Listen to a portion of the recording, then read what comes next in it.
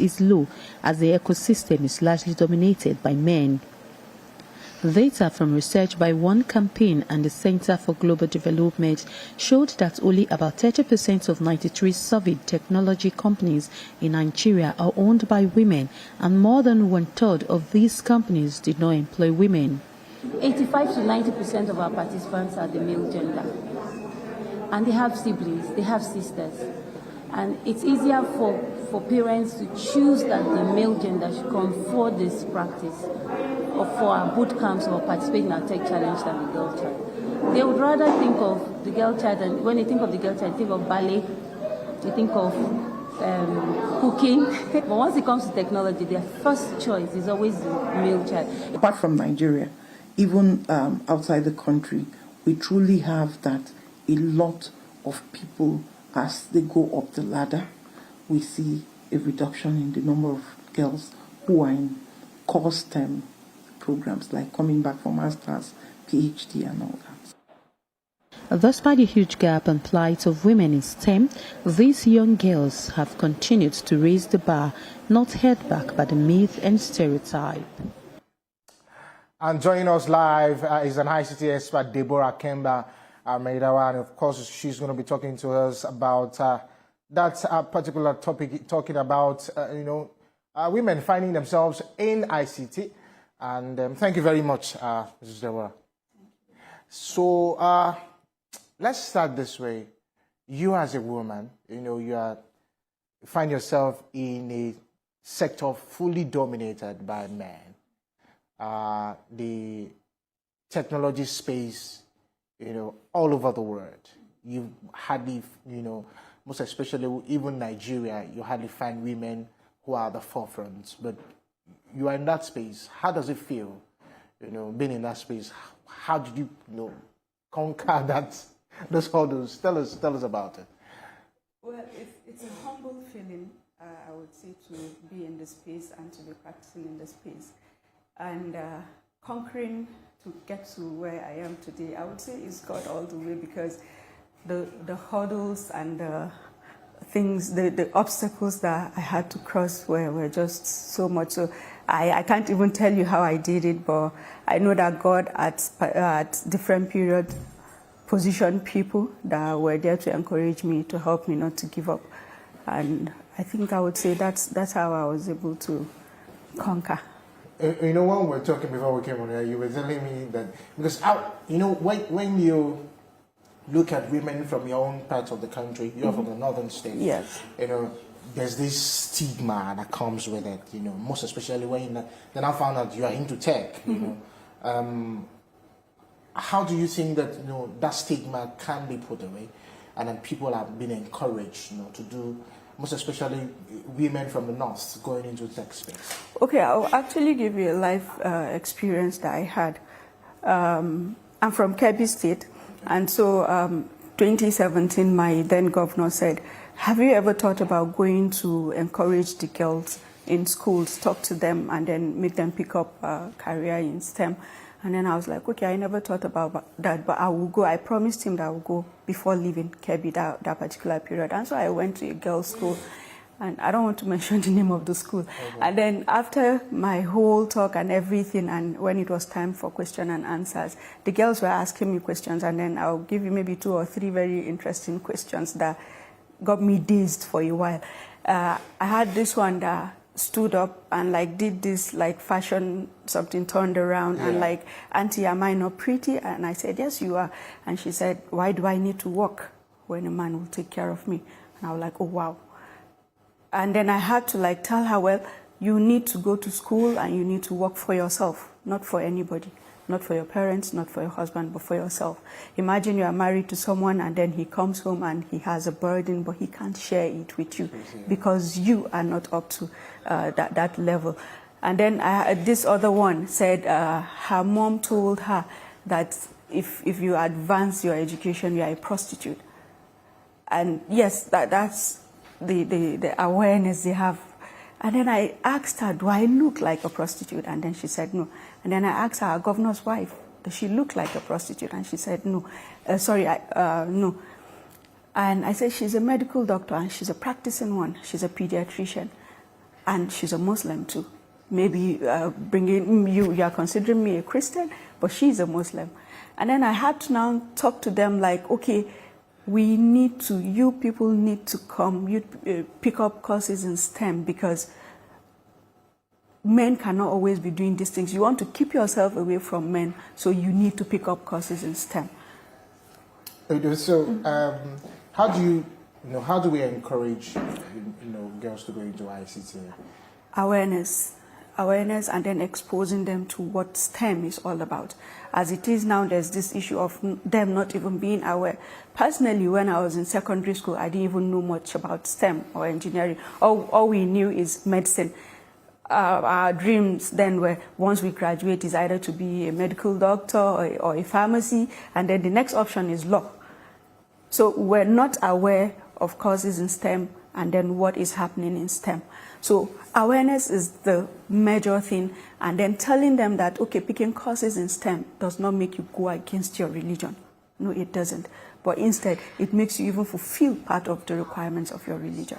So awareness is the key thing that we need to do.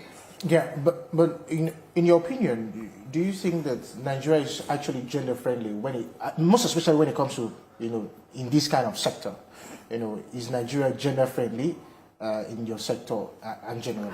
Well, initially it wasn't, but I think now they are being more receptive of it, because initially the men were seeing us like, I'm sure our senior colleagues, we've heard from them, they were seeing them as these people are trying to compete with us, go back and stay home. I also had some personal experiences like that. I was on a site working, and then some group of doctors came and light went off, and then I had to go fix it. And I wasn't so strong. They came and pulled me out and said, "Madam, if you faint, we will inject you, we will know how to revive you. We are doctors." When women refuse to stay in their place, they refuse to stay in the kitchen. You are coming here, you are coming to the field to rub shoulders with us. So after I got that fixed, then they were now like, "Okay, madam, can we take you back to your room?" And I said, "No, I will walk back to the room." So, but in recent times, we've seen men that encourages us, and I mean, they are more receptive. Currently, Nigerian Society of Engineers, after 65 years, produced their first female president. Yeah, exactly. So that's to show that we are making progress. And I hope in the next maybe 5 years or less than that, we'll see more women in STEM, in ICT, in engineering, in technology, and in mathematics. And then we women, we are also trying to do a lot to bring to create awareness in schools, to expose children from young age to STEM and what can be done with STEM. So just to follow up to that question, you find out that so many of these, ladies, especially on social media, instead of getting themselves engaged in things like STEM, they find themselves on the other side of it. How do we need to use, most especially, a tool that is meant to be used for a tool? I mean, social media, STEM is a tool that is meant to be used on social media. Do you understand what I'm saying? Yes. How do we navigate that part? It still boils back to awareness. Most of them, there's this general notion that, okay, anybody that is on social media knows how to use social media. Exactly. Or that. But it's not always true. I mean, currently you see a lot of trainings going on, like, okay, you can actually do more with this. You can actually do more with this. And so awareness, once they are aware of what they can do, what they can create with those tools and opportunities they have, I believe it will convince them more. And then seeing what has been done before, seeing that, okay, somebody has done it and then it had worked. So I believe that will convince them also. It's like wooing someone. You try to woo them and show them, okay, if you do this, you can get this, you can get this, you can get that. What are the available platforms do you think that girls can be able to get, probably do design and that are tech-driven solutions? What are those available? There are so many of them. I can't name all of them offhand. And then design solutions are specific to what you're designing. Like, okay, let me start. AutoCAD. You can do architectural designs. You can do electrical, mechanical, and structural design. So you have AutoCAD MEP, you have AutoCAD for structures, you have SketchUp, you have for panel designs, then there used to be Amtech, and I think it's still there. You have Dialogues for lighting design. So and then you have Helioscope for renewable energy design. So there are different softwares or apps or tools for different designs. So there are so many of them there, out there. I might not be able to name all of them. I want us to go back to that social media question that I asked before. So you found that, this happened to a lot of girls. Even men do it, but because we're focusing on women, especially girls. You see them on TikTok, you see them on Facebook, you see them on Instagram. Probably nakedness and all of those things. It's a big distraction for some people. Yeah. How do you think that we need to channel that energy?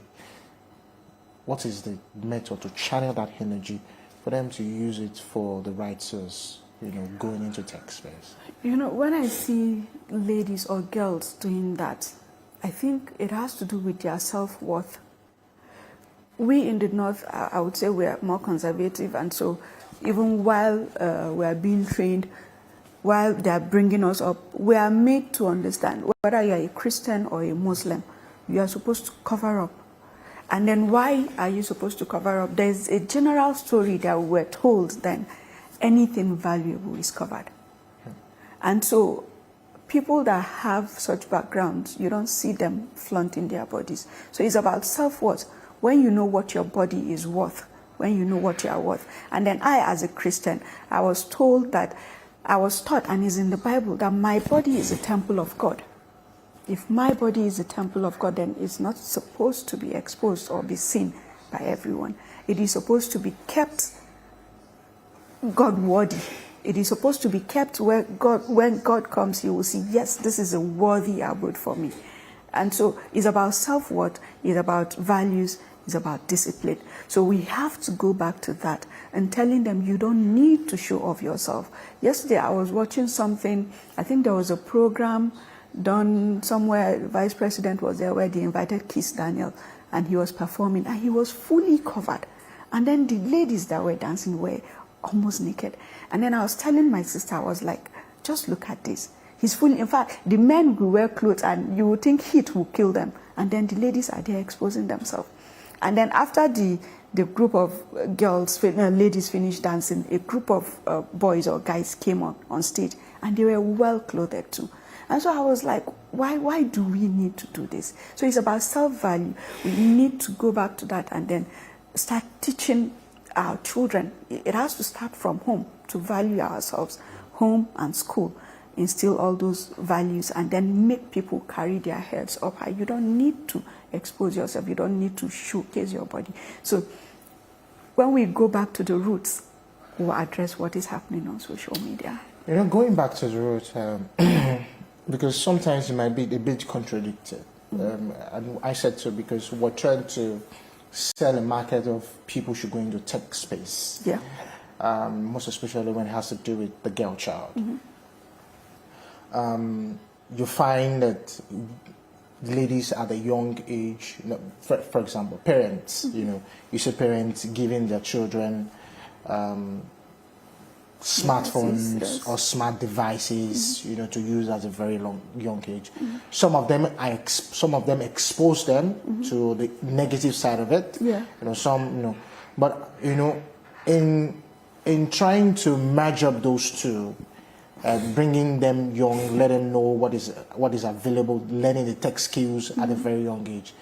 How do we now not also, when they grow up, not also be caught up in the negative exactly aspect. Yeah, so if so there's a place of parenting. Yes. There's also the place of the person who is handed something over to. Yes. So parenting, once you have those values, you have a solid foundation from parenting and school, the early stage school. You put in those values, then honestly, I think you've done humanly, your human efforts, you've done all you can, because whether we like it or not, the world is moving towards this tech, or it has even moved. We are trying to catch up in Nigeria. Yeah. The world has moved already. So our children will keep being exposed to this tech spaces, yes. So what we need to do, like I said, is go back to parenting and those places where you have those values. In Sunday school, then most of the verses that I can say offhand now is from Sunday school then when I was a child, not as an adult. So are those things being taught? Even as parents, do we teach? Currently, you see some parents like you see some children being dressed in a very awkward way, and then you wonder, why is the parent of this little child dressing her like this? You understand? So what do you expect that child to do when he or she grows up? So, I mean, we need to go back to... So I also want us to look at, how can women and girls have access to, some level of leadership training and career developing in ICT, because it's very important at this particular point in time. Like you said, the world has moved. Nigeria is trying to catch up. I think Nigeria has catch up to a large extent. But, now the girl child needs to be more involved. Yes. So how do we make that happen, knowing fully well that the independence of that is the economic independence for the whole family? Well, there are so many opportunities out there. It's for us to key into it. And then I really like to appreciate the government because they are doing their best. They are creating opportunities. So being aware that those opportunities are there will help the women to key into it. So keying into it, and then when you have the passion, I developed myself personally. I would say I had opportunities, but I also went that extra mile to build up myself, and that's what you see today. So, but you have to be aware of the values or of what you are looking at, the future you are looking at. So opportunities are there. There are so many opportunities, even in the international space. There are so many opportunities that are encouraging women. There are grants. There are a lot of trainings that are available for women. So it's for women to key into it. And then how will they key into it is for them knowing that these opportunities are available. And then mentoring from our senior colleagues, guiding the younger ones aright. They are the ones that will show them, oh, you have this grant, and this grant available. Okay, and then I can put you through, and I can put you through this. So awareness, as I always say. Interesting. On International Girls in ICT Day, we believe that the world needs to come together to ensure meaningful leadership of girls in ICT and in all diversity to ensure the strategic representation of issues that matter to them. That is a vital goal for us all, which demands that we listen to them and ensure that their influence shapes the decisions made to achieve a shared digital future. Thank you so much. Thank you for having me. It's really nice to have you. And of course, this is a conversation that also needs to continue. Okay. Thank you very much. Thank you so much. Yeah.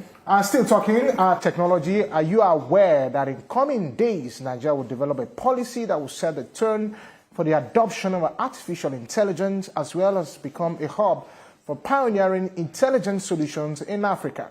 The aim of that move is to become a major player in shaping global narrative on artificial intelligence adoption. There is more. Intelligence has become a multi-purpose technology which has continued to evolve for good and sometimes can be used by some to perpetrate crime and alter the reality. It can be argued that anything and everything is possible in the world of artificial intelligence, transforming production and service delivery with the potential to significantly impact on economic growth and social progress. The International Finance Corporation projects that the strategic adoption of AI could add up to $234 billion to Africa's GDP by 2030. Nigeria in this loop is considered to have a fast-growing technology startup ecosystem, and with proactive leadership is well positioned to leverage AI for economic diversification and inclusive growth. However, along the opportunities, AI governance also poses some complex socio-technical challenges. Transforming healthcare. A national strategy for Nigeria to responsibly steer the AI revolution towards achieving national goals becomes imperative. At this workshop, Nigeria's Minister of Communications, Innovation and Digital Economy leads more than 120 delegates to a national AI conference to discuss the country's strategy towards leveraging AI for development. It is our responsibility as a member of this generation, but also as leaders as well, to ensure that we're not just partaker in the use of these technologies, but that we participate in actually shaping its development as well. Because these are technologies that have the significant opportunity to change every aspect of society. And the way I also like to describe it is that as digital technologies at their core is the ability to network. The National Artificial Intelligence Strategy Workshop is a critical first step to co-create a transformational AI policy and develop solutions geared at accelerating socio-economic growth. When Nigeria's draft policy on AI becomes available, it will join the ranks of 9 other African countries like the Republic of Benin, Egypt, Ghana, Mauritius, Rwanda, Senegal, Morocco, Sierra Leone, and Tunisia that have drafted national AI strategies. When Live from Abuja returns, we'll tell you stories happening in the world of sports, entertainment, and lifestyle. Don't go anywhere. We'll be right back. The National Assembly is a busy place. As the bastion of democracy, it is a place where bills are presented, motions debated, laws made, and the yearnings of the people are laid bare. Come with us as we take you through the workings of the National Assembly. We take you through plenary, committee meetings, and probes, all to ensure smooth working of the democratic process.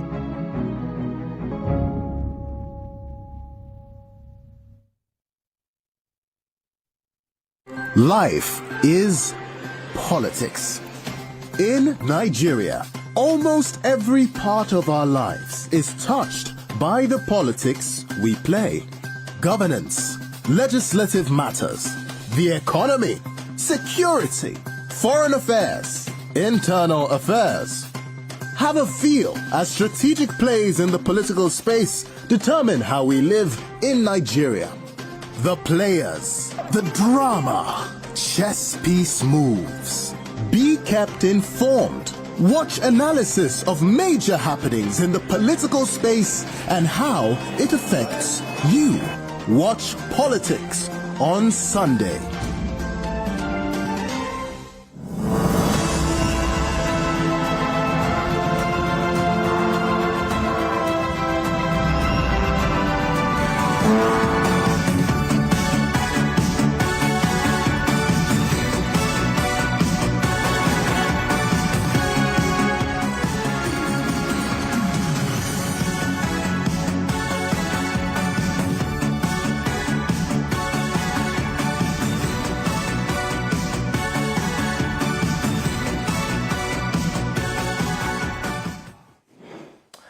And thanks for staying with us. Now let's take you through some major news that made headlines during the week. More than 100 inmates have escaped from a prison in Niger State after an overnight downpour that destroyed parts of the facility. Security agencies are now in search for the fleeing prisoners. Only 10 escapees have been arrested so far. And the Federal Airport Authority of Nigeria confirmed a fire outbreak at the Murtala Muhammed International Airport in Lagos. Following the incident, flight operations were diverted to the D wing of the facility.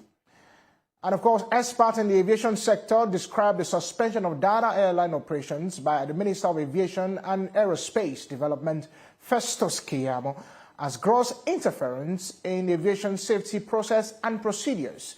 The suspension followed the incident of runaway excursion by airlines at the domestic wing of the Murtala International Airport in Lagos. Former Minister of Aviation Adi Sirika is still in the custody of the Economic and Financial Crimes Commission as the investigation continues into an alleged 8.6 billion naira money laundering probe. And Chairman of the Economic and Financial Crimes Commission, Ola Olukoyede, said a probe by the anti-graft agency has shown that former governor of Kogi State, Yahaya Bello, withdrew $720,000 out of the state coffers to cover his child's tuition. In a swift reaction, the American International School, Abuja, has agreed to refund more than $760,000 out of the over $845,000 allegedly paid to the school as school fees for 5 of his children. And on business, Nigeria's federal government has introduced a new initiative for the 2024 MSME Week celebrations. It's also created a platform for business to showcase their products, secure investment, and improve in critical areas. And outside Nigeria, Palestinian hospital officials said Israeli airstrikes on the southern city of Rafah in the Gaza Strip killed at least 5 people. More than half of the territory and population of 2.3 million have sought refuge in Rafah as the war continues. And former President Donald Trump declared that he's going to run hard in New York in the months leading to the presidential election. And of course, that's our stories in the headline for this week. And let's shift our attention to health matters now. The breakthrough on malaria vaccine has provided a glimmer of hope in the malaria response. But the right to quality time and affordable service to prevent, detect, and treat malaria is still not a reality for many people. This year's theme for World Malaria Day hopes to bring to light these realities and push the need to accelerate the fight against malaria for a more equitable world. There is more in this report. This community in the Buari area of the Federal Capital Territory, like many others, has its own fair share of the residents being infected by malaria. Joma Unisa is here to get herself checked. She tells us about her experiences during all her pregnancies and the way she stays protected against the disease. When you prepare for that time, before going to antenatal, you make sure you have something in your hand to collect drugs. And in that antenatal, they have to give you drugs, both malaria and other drugs. That is why I used to treat it at that time if I'm pregnant. Pregnant women as well as children under the age of 5 are mostly affected, but disparities, which is both financial and otherwise, continue to put them more at risk. This outreach has been organized to give out malaria tests, preventive malaria medicines, and other medical checks that may be needed in order to reduce these risks. The aim is test and treat for those that are positive and at the same time educate them on prevention. The rural areas are the people that need this outreach the most, because these are the people that sometimes they will not even have the money to go to some of the hospitals. According to data from the World Health Organization, Nigeria accounts for nearly 27% of the global malaria burden and 31% of malaria deaths.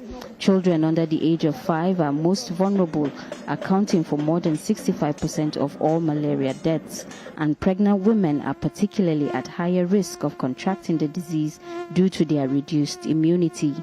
This year's theme hopes to focus on the need to close the gap in the inequalities that exist in malaria prevention, detection, and treatment. Children and pregnant women in particular should be given prophylaxis against malaria within the endemic months of malaria, which is about May to October every year. Actually, at times in our local way, we used to enlighten our people that they need to keep their drainage clean, their environments, their houses.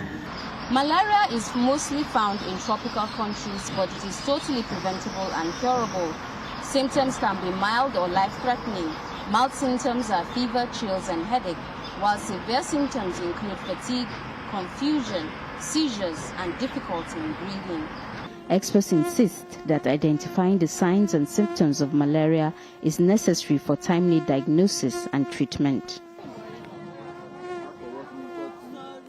And joining me on the show now is Loveline Agbo Gabriel. She's the Monitoring and Evaluation Manager of the Civil Society Malaria Control, Immunization and Nutrition. Thank you for joining us on the show Thank you. I'm really glad. This is a topic that every Nigerian must listen to. Malaria. When somebody's feeling temperature, feeling fever, you say, I'm having malaria and stuff. So, but it's World Malaria Day, and of course, the thing focusing, addressing the inequalities that exist in the prevention, detection, and of course, treatment service. So speak to us about this year's theme and what it means in generally for Nigerians, and of course, how we should be able to tackle the issue of malaria in Nigeria. Okay. Thank you very much for having me. Actually, the issue of malaria is an issue that is dear to everybody, because I believe in the room here, before, if we had to investigate, you find out that maybe 2 days ago, a week or so ago, somebody had treated malaria. I did. Oh, okay, good. So, and I did as well. So you see, it's something that is relatable to every Nigerian. And for this year's theme, talking about accelerating the fight against malaria for a more equitable world, is a theme that looks or takes into cognizance the inequalities that exist, social inequalities that exist within the societies where we live. And these inequalities are exacerbated by even the malaria itself, disease itself. Now, this inequality, generally, if you want to talk about the word inequality, you talk about imbalances, unequal distribution of resources and all. So if you think about how Nigeria is, the way we live, you find out that just like every society, different social stratas exist. Yeah. And because of that, the way things affect people, in this case, malaria, the prevalence and all in the different social stratas differ. Exactly. And that goes without saying that because of environmental issue, knowledge issues and all, and then the inequality there has to do with access to information, access to these services, and now malaria services, where it has to do with both prevention, detection, and treatment itself. Yeah. So this year's theme is looking at the ways that these inequalities manifest when it comes to the work around intervention around malaria, and how this can be dealt with so that we have an equitable, and fair distribution of malaria intervention within the Nigerian society and the world at large, because it's World Malaria Day, not Nigerian Malaria Day, So I get it, there's been a lot about, creating awareness for how people should clean up their environment, tidy up the environment. Mm-hmm. Like you have just mentioned, the diverse stratas of awareness need to also be created. But in communities, communities play a very important role in all of this. How does interventions into community, key into this, malaria response? How do we do it? Because you find that in some of these trenches, when you go into some of these trenches, and where you see some of these children in the trenches, when they come out, a whole lot of them are treating malaria. Mm-hmm. First of all, I want to ask, how do we do the communities involved? How do we get the community? Second, people self-medicate when it comes to treating malaria. And I think that's the major issue that we should also be addressing. Okay, so community-level interventions play a key role, particularly because nearly half of our population in Nigeria live in the rural area, rural communities. And access to information, again, I'll come back to it, because first, the way that things have been, the way that most interventions happen, you find that a lot of people are flocking to the cities. Now, you and I in this room, this is a program. It's online. This is information going out. But how many regular Nigerians in the trenches, like you have used that word, would hear this. So that goes to say that we need to be more intentional, to prioritize the high-risk population who are mostly in the rural areas, and among them, women, pregnant women, and children under 5 are double risk of every other person living within the local communities. Now, backtrack a little and talk about a little of what we do as an organization, ACOMIN. So, in recognizing the role of community intervention, that is why we go down to the communities and get the community members to drive the intervention. Now, what do they do in driving the intervention? We try to collect data as to what's happening. Are the services available? Are you aware they are available? Can you access the services? If not, why? And then we run with it. And then what we discovered from the very beginning when we started this intervention, known as community-led monitoring, by the way, I have to mention the name of this, community-led monitoring. So we discovered that there's need for a lot of behavioral change communication. Now, the behavioral change communication, looking at different areas, starting from environmental management, because that is where prevention is key. Environmental management, which you have rightly mentioned, we can overemphasize the deplorable conditions that our communities are, with little or no access to basic amenities, environmental protection, you know, all of that. And those are the kinds of conditions that breed the malaria-carrying mosquito, the Anopheles. Mosquito. Now, after you talk about behavioral change communication for environmental protection, we now talk about health-seeking behavior, which you have rightly mentioned. People self-medicate. Everybody believes that as soon as I'm feeling feverish, it has to be malaria. Exactly. So this intervention goes down with their people, telling them, no, it is not every fever that is malaria. Because there is high risk to our organs for taking medications, especially when they are not going into your system to fight the particular disease you thought. Exactly. So we encourage people to change their behavior, go to the hospitals, get tested, and if you're positive, then you get treated. And then still health-seeking behavior, behavioral change communication about adherence to treatment regimens, because that's another thing. You start the treatment, you do not follow as it should be, you end it abruptly, the virus is not completely treated. And before you know it comes out, and that's why prevalence is high.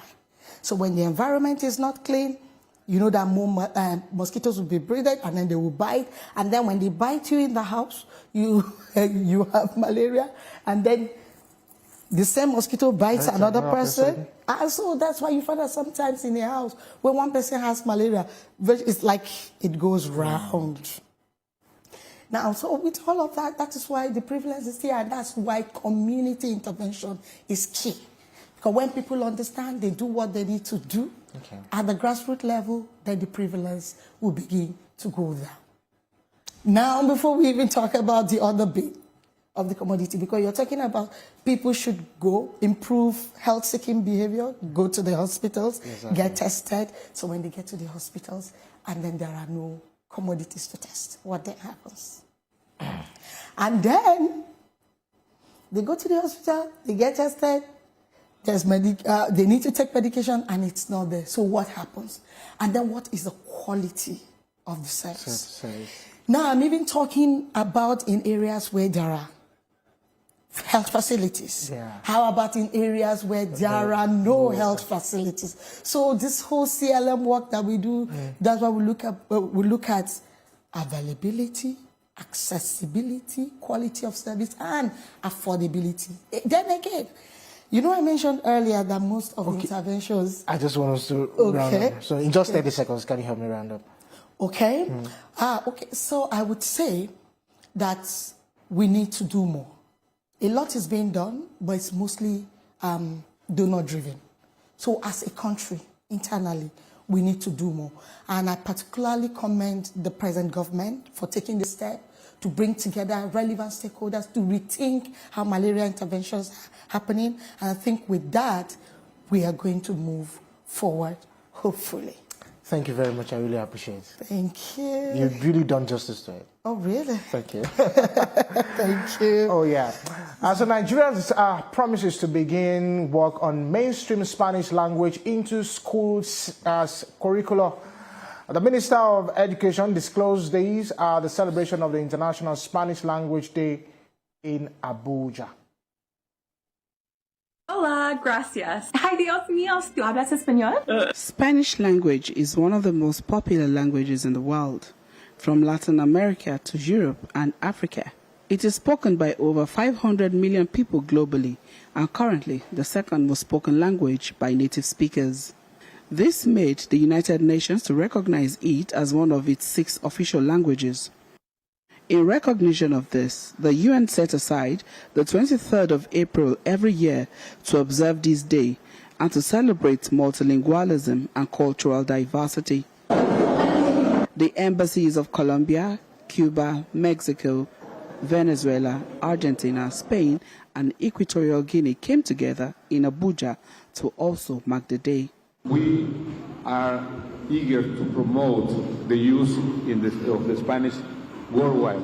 This is the most important for us, is to understand that Spanish, as any other language, is a means of communication. We're here today because we know that there is that interest to make ourselves known, to make our language known, and to speak also to the authorities. And we are, in that sense, so honored to have the minister here with us.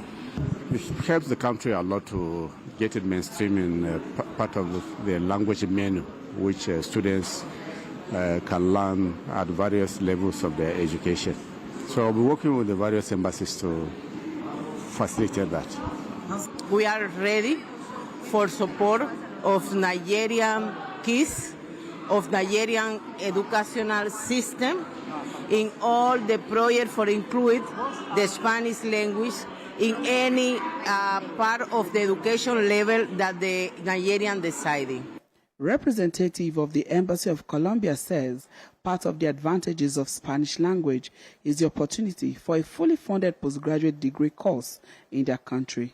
Very vast program that we launch every year, and the invitation is open to all the Nigerian professionals or all the Nigerian graduates who wish to further their studies in Colombia to come and taste our culture, to come and taste our food, to come and understand what brings us together, what makes us so diverse and so different and so equal at the same time, and further their studies. Of course, that's the main purpose, and then learn and perfect the Spanish language. For some international schools already teaching Spanish language in Abuja, the occasion was an opportunity to test their knowledge of the language in games and interactions. He told us Spanish stories, and he was very practical, and every day I learned something new in Spanish, and it was just very fun. That's why in grade 9 I chose to learn more of Spanish and more. And it's a very fun, and also it's a lot easier than French. Spanish is a lot easier than French. It has a lot of English words. You don't have French. Most of the time, our English words are totally switched together. But in Spanish, take telephone, telefono. It's pretty easy. So as a person that speaks naturally English, it's easy to speak Spanish. So it's easy for me to communicate. With the array of opportunities the Spanish language brings, it will be a great advantage for Nigerians interested in learning a second language. The Minister of Art, Culture and Creative Economy, Annatu Musawa, is seeking support for children living with special needs in the creative sector by supporting and accepting them in the society. We have more in this report. How they become who they are. The federal government says it is committed to promoting a vibrant creative economy through arts and culture. The Minister of Art, Culture and Creative Economy, Annatu Musawa, spoke at the solo act exhibition featuring 42 works of this 14-year-old artist, Kanyechukwu Tagbo Okeke. But he's been able to display his view of the world through his eyes, through creativity, using art.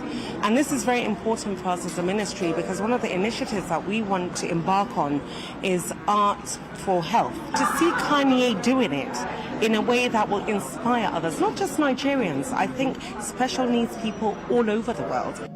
The theme of this year's exhibition is No Child Left Behind, and this year's event is held in celebration of World Autism Day. The message for this year is just to bring hope and to give people the spirit to push on. A lot of families with children on the spectrum find themselves in very dire straits many times. But this, and what you see here today, is just a way of sending a message of hope to people. This event seeks to raise awareness on autism and the challenges faced by the individuals on the autism spectrum.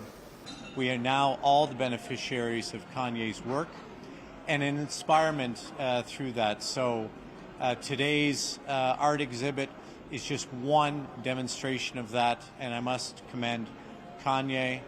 Described as deep and highly intelligent artist, dignitaries at this exhibition share their thoughts on the range of artworks done by Konyechukwu. We have already realized the relevance of art in health, and we can see the relevance of art in autism. We can see how this brilliant young boy Kanye has been able to communicate to the world through the innocence of his paintings and his canvases. He has a very, very rich imagination. He is a young man that sees life through a different perspective and dynamic, and we're here to encourage, celebrate and promote him as NGA. As a parent of an autistic child, I see this gives me hope for my own child. Each artwork here is a representation of unique experience and perspective of this individual on the autism spectrum. And now let's take a look at some news that made headlines on the entertainment scene. Following this tragic boat accident that claimed the lives of actor Junior Pope and members of the team, producer Adama Luke has clarified that she did not abandon the bereaved families. Taking to her Instagram account, the movie producer posted an explanation detailing the efforts she made since the April 10th. She addressed that she had since been in contact with the victim's family and had provided financial aid to them. And former BB Naija star Thatcher has bashed Nigerians on social media criticizing what she claimed is selective outrage regarding bullying. This comes as the wake of a video capturing the bullying of a student by a classmate at Leeds British International School in Abuja.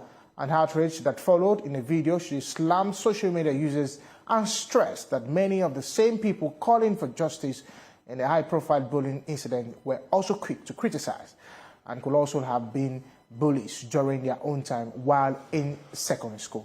And Grammy nominee Davido has narrated the personal interest and support his dad gives him. He shared the familiar story on how he left school in Atlanta and returned to Nigeria to pursue music without his father's blessing, which later led to his business mogul dad getting him arrested. The singer said, "I don't think he didn't want me to do music. He just wanted me to be successful as whatever I did because he got a blueprint for me already." And in sports, Nigeria Football Federation President Ibrahim Gusau has inaugurated 5 subcommittees at the NFF Secretariat. This is in a bid to restructure football administration in the country. The committees consist of organizing, media and publicity, youth football, player status and protocol and ceremonial, which will generate innovative ideas, policies and programs to promote Nigerian football.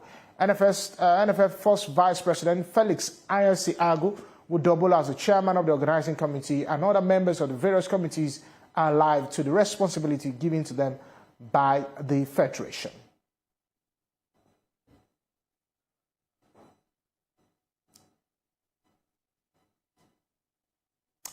And that's all we have for you on Live from Abuja. Join us next week as we bring you stories happening in the world of sports, entertainment, politics, lifestyle.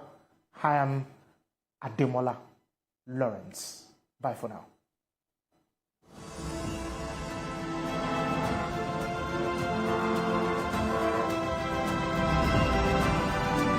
you.